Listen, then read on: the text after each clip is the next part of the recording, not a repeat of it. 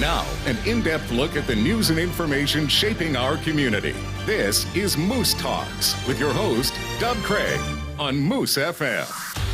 Welcome to the program. A little later on, we're going to be chatting with Sandi Miller, the show producer of the Fort St. John International Air Show.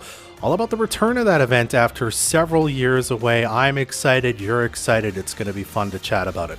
But first, the Fort St. John Arts Council conducted a feasibility study on a community hub that would house studio space for different artisans who are desperate for places to create here in the community.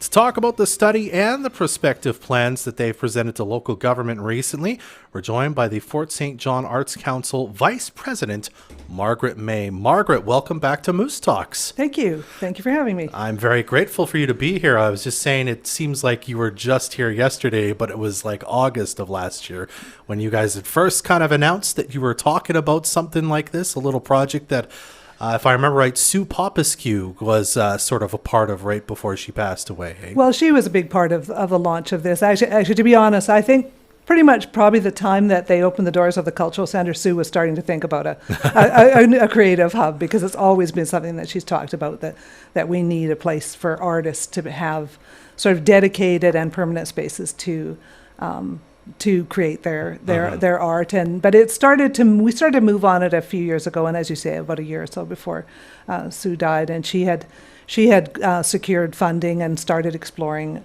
matching funds from Heritage Canada. And it was we did get generous funding from the municipalities in District of Taylor, Regional District, and the City of Fort St. John, and then it was left to the others of us to try carry on and get matching funds from Heritage Canada. And then last spring we found ourselves ready to go on the feasibility study.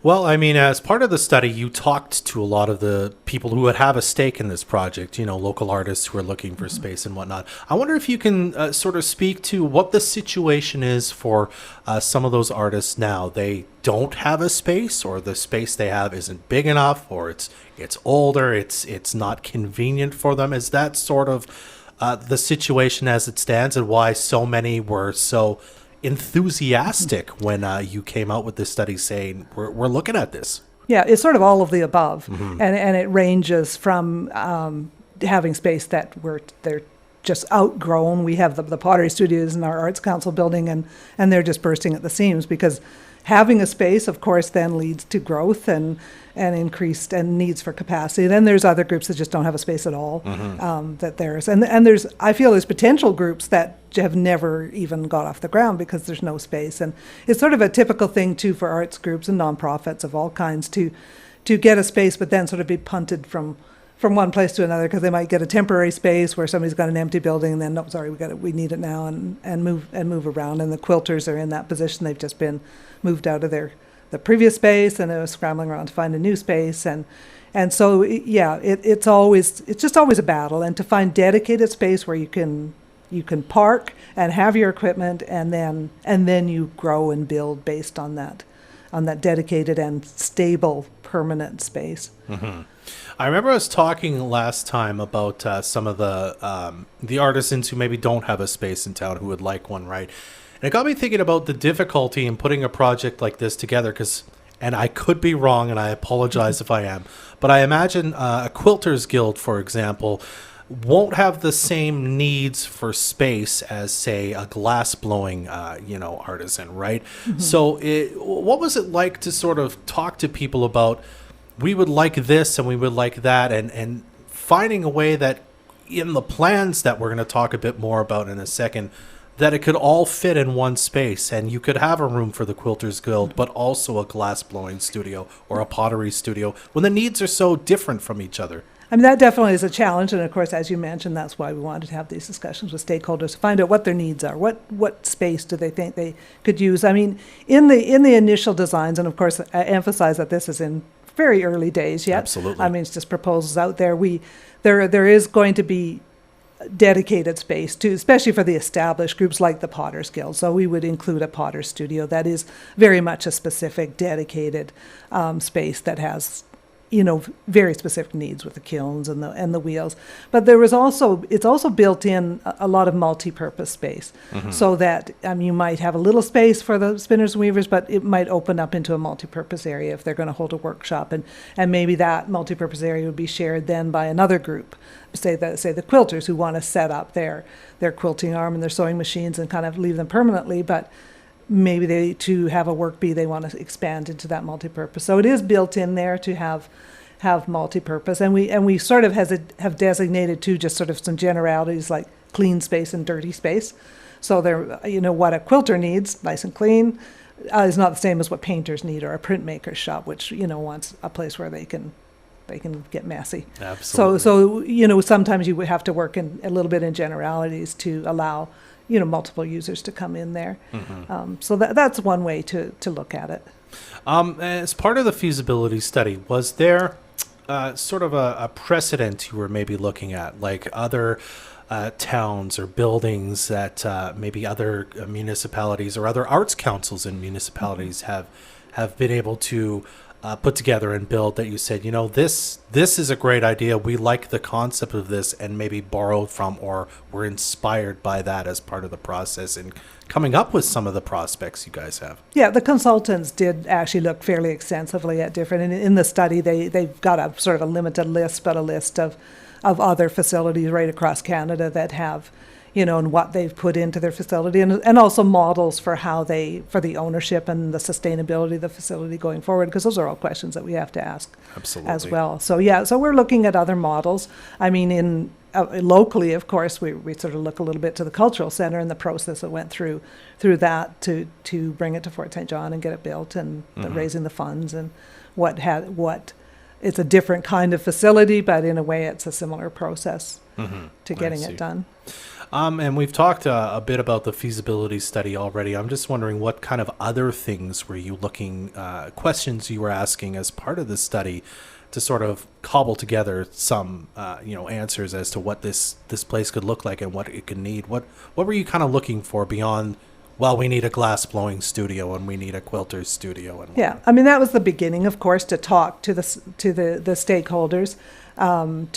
We needed to consider location. We actually had the consultants come up and we did a little tour around town, and we looked at some of the empty buildings and looked at some lots and everything. And they just, it's not written in stone what they came up with in the study, but these were the options, because they really liked the idea of having it downtown. There's also a lot of practical considerations too. How the ownership of the building, the potential funding for the building, and obviously once we get it built, it has to be sustainable. It has to, going forward, we want this to be a long-term thing. We want this to be a benefit to generations to come in this town. So it has to be built on a model that will be managed in a sustainable and efficient way. We did, as you've seen the study, and of course there is one option they presented that incorporated housing on top, and possibly some retail space. We're kind of open to that on the street level, but the main creative areas would be on the street level and possibly one floor above, when we, depending on how many of those multitude of ideas we incorporate into, and then a housing element above, which again adds another layer to the challenges of management and also building going forward. But we think it's a really exciting possibility. Just it seems to dovetail with the whole idea of downtown revitalization, and it's a sort of an idea that has got a lot of sort of made people sit up and look, and people seem to be very interested in that. But that's as I say, it's in the early phases, and we have to talk to potential partnerships and look to eventually getting a design done, and nothing will happen, of course, without the cooperation and the buy-in from municipal governments as well. What's the response been like to the study kind of results and the plan, sort of prospective plans that the consultants came up with from artists, local artists, artisans, and from local governments that you've presented it to? Very positive so far. Artists, of course, are beyond excited at the prospect of having permanent spaces, and so that's been very positive right from the beginning, from the stakeholder meetings. So far, we wanted to present to our funders, of course, and do them the courtesy of reporting out what we've done, and so far that response has been very very positive and interested. They've got to take their time and think about it. But so far so good. I think people see how it does fit in bringing the downtown back to life and the prospects. When it got out into the media, there's lots of different comments, and there's a few misunderstandings around it too. I know. Sure. The city kind of asked us, make sure people know it's an arts council thing. It's not it's not necessarily the city study, which is why it's specifically, of course, geared to the arts. But Yeah. Everybody will have their different opinions, but so far we've had very, very interested and positive response from the government entities that we talked to. Well, that's good to hear. Yeah. Let's talk about the three kind of proposed architectural drawings, I guess you could say, we saw. One, if I can describe it, is sort of looks like a revamp of the North Peace Cultural Center a bit. It looks like adding like more to a second story. That's one version. Another one was a completely new building, but one or a couple stories. And then the third one was a completely new building, but also, I think we discussed already, sort of mixed use. So there could be some residential kind of apartments or housing on top of it. And you said retail as well. Again, I mean, what kind of response have you heard to each of these sort of ideas so far? People seem to gravitate mostly to the housing option. I mean, we had some reservations about the idea of the expanding the cultural center. The idea would be to expand upwards. Yeah. I mean, we're not even sure at this point whether that's even feasible on an engineering, and then the first step would have to be to get an engineering assessment of the building if you were to go that route, and we're not even sure if that would prove to be it. We feel it's a little restrictive as to space. I mean, their reasonings were good behind it, and they felt like, there's already infrastructure in place. Like there's washrooms, there's office, there's a management in place, and that's valid. We feel like sort of the management option might be able to extend to if it did go across the street. That was the second option they put out, was the standalone building in the empty lot at 100th and 100th, and so which would sort of create, we feel, like a little arts district downtown with the cultural center and the creative hub right across from each other, and there are some great potentials for collaboration between the two entities there, and then their option 3 was, and I think they put it third because of course it is the most daunting and the most challenging to actually bring to fruition, was the creative hub with housing above. It's also, for us, is kind of the most exciting prospect too, although we realize that there's some challenges in place because it brings the people right down to the creative center and the downtown, and we feel like it checks a lot of boxes in the idea of bringing the downtown back to life. Absolutely. Two more quick questions for you. When you mentioned kind of funding it and looking at previous funding models, for example, how they were able to get the funding together for the North Peace Cultural Center, I assume this will be a similar process. So, the government of BC might help, maybe a little from the city, private donors. Is that sort of, if you're even looking this far ahead already, what you're kind of maybe aiming for is some sort of a funding model like that? Well, we've looked at it in a sort of a cursory way. Absolutely. We wanted to make sure that there were some prospects out there, and there are grants available. I mean, Heritage Canada has some infrastructure grants that are quite large. Usually it's matching funds. There's BC Gaming and NDIT as well as government. We feel like we might be on to a good thing with the idea of housing right now, because it's come to the forefront in government levels that the need for affordable housing across the country, and so it might be the time might be right to actually get in on some funding if that were part of a component in the building. I see. Yeah, it could be advantageous for you. And then finally, just about 1 minute left here. We're with Margaret May of the Fort St. John Arts Council. What's next in the process then? You've been presenting this to governments, kind of what the feasibility study looked like. What's kind of the next step in making this perhaps a reality down the road?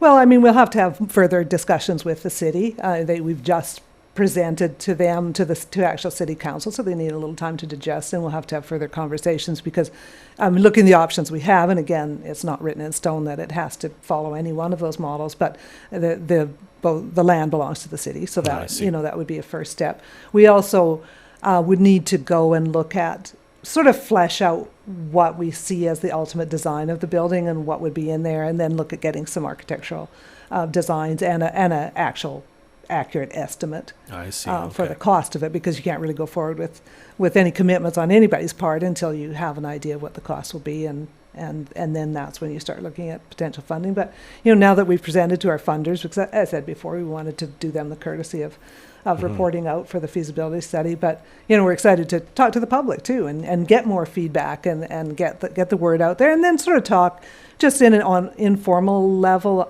with potential partners in the project too. I see. Yeah. Okay. All right. Well, Margaret, I'm really grateful that you took a few minutes to chat with us and kind of give us an update on this very exciting project for everyone, including the artists in this community. Thanks so much for stopping by today. Well, thank you. We're always happy to talk about it. It's a very exciting, positive potential project. So we're always happy to share. Absolutely. Yeah. Thanks, Margaret. Thank you. It's Margaret May with the Fort St. John Arts Council. Welcome back to the show. Well, the Fort St. John International Air Show is returning for the first time in 5 years later this summer, and we're all really excited about it. So I thought we'd talk about what it's been like to not have it with some of the organizers, and of course what the show is going to be like after being away for so long, with the show's producer, Sandi Miller, who joins us now. Good morning, Sandi. Welcome to Moose Talks. Good morning. Thank you for having me. Thank you very much for coming in. It's a slushy drive out there today. So beautiful outside today. So as I said, it's been a little while since we were able to have one of these, eh? It has been a while. We have tried to do it every 2 years. Yeah. So 2017 was the last show. 2019, things just weren't lining up. So we ended up calling the show and saying we were canceling it, which turned out to be great because the night the show was supposed to be held was a massive thunderstorm. Wow. So it wouldn't have happened anyways. That worked in our favor. And then so we were planning for 2021 and got canceled, and not because of COVID though. It was because the runway was being redone at the airport. Oh, no kidding. So there was no real COVID restrictions at the time that would have mattered towards putting on an air show, hey? No, we actually called the show off before COVID hit and before all of that set in. No kidding. Because you knew the runway kind of yes, the runway was being rehabilitated last year, so that's why we've decided, rather than sticking to the every 2 year cycle, we decided to go for it this year and make it happen, just because it has been 5 years, and we know we all want to bring a show back. We want to see it, and I'm sure there's lots of other people that really do as well. Absolutely. You say in a perfect world, I guess it would happen kind of every 2 years. Then maybe we're looking too far ahead already, but then is that sort of the plan going forward? So then there might be another one in, what year are we? 2024, I suppose? Ideally, yes. Yeah. Okay. Very quickly, we'll look that far ahead. Now we'll look to this year. I'm just trying to get through this year, Deb. Let's one show at a time. I have to ask, so you've got the show, I assume, most of the way planned for 2019. You had to cancel it, as you say. Again, you get to 2020, and you've had any planning gone into sort of the 2021 version before you realized, well, we're not going to be able to use it because of the runway being redone? We got a little ways into the planning. So for 2019, the performers were booked. Okay. And most of them agreed to hold over their deposits and to come to our 21 show. I see. We didn't get too far on the planning on that before we got word from the airport. We knew in the background that it was a very distinct possibility. So we kept checking up on that and making sure we were in touch with the airport, and they've been great on working with us, and they've been fantastic. So they let us know as soon as they had confirmation that they were going to be doing the runways, and so we just looked ahead to the next opportunity. I see. So then I guess last year you started planning for this year, I suppose. Well, I've actually been planning. I joined the board in 2019, so I've really been planning for this show since then. So lots of planning has gone into this. Yes. When you're planning for this year, we're still dealing in many ways with the pandemic. Restrictions have been eased. Was that on your mind? Was there plans in place for, okay, well, if we can't do this, for example, maybe we could still pull off this part of the air show or in this way? Was that sort of part of the planning process, or were you hoping it would be, we could kind of do it as a normal year, basically? I'm an optimist. It's always been in the back of our minds that, yes, it could be affected. Yeah. But truthfully, I just keep looking forward to the future. I figured that we had enough time. We have the bonus of being an outdoor event. Yeah. So we're affected less than other ones. We do have COVID plans and all of that in place, and we are watching those restrictions very carefully as to how they may affect us. But so far, knock on wood, we're lucky, and we're going to be able to move forward with a normal show. There are lots of air shows across North America that did a drive-in format. I see. Okay. Over the last 2 years. So it was really interesting because we meet once a year in Las Vegas to talk with all the North American shows. So it was interesting to hear what they do and how that worked for them. Like Abbotsford, for instance, did a drive-in show last year, and they got a pretty good response to it. So, It's but wonderful. ideally, we don't want to have to do that. Yeah. All right. Well, I mean, let's talk about this year's show. What have you got slated for, kind of events, performers, if that's the right word, planes so far? From what I've seen, it looks like it's going to be awesome. Yeah, performers is the right term. So this year we've gone with we wanted to expand the show in the sense that we wanted to ensure that while there are no planes in the sky, everybody has something to do on the ground. We want to make sure that you have that interaction. And that's where our focus this year, we've gone with a STEM focus, so science, technology, engineering, and mathematics. And that's where Northern Lights College, the teaming up with them as our title sponsor, was really a fantastic idea to help promote STEM, the education, and we want to promote the employment opportunities in the area as well. So a number of area businesses have really been working with us and are going to be featured in ground displays. And we've got a fantastic STEM display coming that I'm so excited about. Awesome. And I'm hoping we can get some pictures and such on our website shortly. It's housed in a B-25 Mitchell bomber. Okay. Very cool. Very cool. I don't know that we've had one up here. If we have, it has been a very long time. But housed within that aircraft is actually 5 different interactive stations. Okay. Where you can get hands-on. One of them in particular is where you use a little rivet machine to make your own little stainless steel, little aluminum airplane that you get to take home with you. Okay. Yeah, I got to do that at our conference a couple years ago, and I still love my little airplane, and my son tries to steal it from me all the time and has not succeeded yet. But it's a lot of fun. So it's really going to be exciting to have that element. Awesome. So essentially, it'll be like you can watch, for example, the snowboards perform, then between them and sort of the next performer, walk around, see some of the STEM displays, learn something. Maybe your kids will get more interested, I suppose, in science, technology, engineering, and mathematics. Yes, that's our goal, is that kind of it's relating what's happening in the air to what you can do to get there. Absolutely. So that there are careers, there are education opportunities. Like, I don't know how many people know that Northern Lights College actually has an aviation program, right? So they work on aircraft. They have an aircraft maintenance program that's been part of NLC since 1981. So how many people in our area actually know that exists? Right. So that's a great opportunity for us to be able to do that and get hands-on. But at the same time, you look at these planes and you say, that's really cool. Isn't that like the neatest thing? Well, one of the coolest things about it is actually two of our performer groups are actually from this northern area. They're from Alberta. Okay. So Yellow Thunder, the guys there are from, I want to say Rocky Mountain House. They're from Edmonton area. Yeah. And then Ross Granley is coming as well. He and his father had a long history in aviation. His dad was a snowbird, and I think Ross was a snowbird as well. But they're from the Alberta area, right? They're from the Peace River area. So he's excited to come and perform because he can go and see his family in between shows. So it's really neat to kind of make that correlation that this is something that kids here can do, that it's not an unattainable career path. You don't have to move far away to learn kind of the things about it. Very interesting. Right. All right. Well, tickets are on sale now, correct? On the website, I believe? Tickets are on sale right now. We do have a weekend special right now. So at the gate, tickets are going to be $40. Yeah. So you want to buy them in advance, and you want to make sure right now we've got a weekend special. You can buy tickets for Saturday and Sunday for $50 for the full weekend. And they are going to be 2 different shows. So Saturday evening, we'll start gates are going to open at 4 on Saturday, and we're going to have kind of an evening twilight show. And then on Saturday, the gates will open at 11. The show will start around 1, and we do have different acts and different things planned for both days. So you do want to make sure you're there for the full weekend. Absolutely. And what's the web address? Sorry, before I... Kids are free. Oh, good to know that. Kids too. are free. They do require a ticket, so you Yeah. do have to put that through on the online service, but they are free.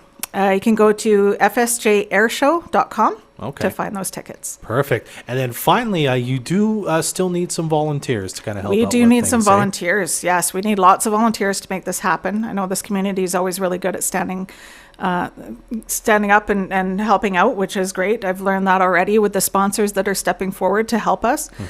We are accepting more sponsors as well, so you can always contact me through that website. And volunteers. We have a couple of coordinator positions that we're looking for right now, people that can join us right away to look after the volunteers, look after our concessions, and to look after hospitality, which is our VIP tent and our performers. Sure. We are still looking for a treasurer as well. If anybody is interested, please let me know. And you can reach all of that information is on our website at fsjairshow.com. Awesome. Well, I'm super excited for this air show. I'm so grateful you took a few minutes to talk with us today about it, Sandi. Thanks for being here. Thank you very much. You're very welcome. That's Sandi Miller, the show producer with the Fort St. John International Air Show.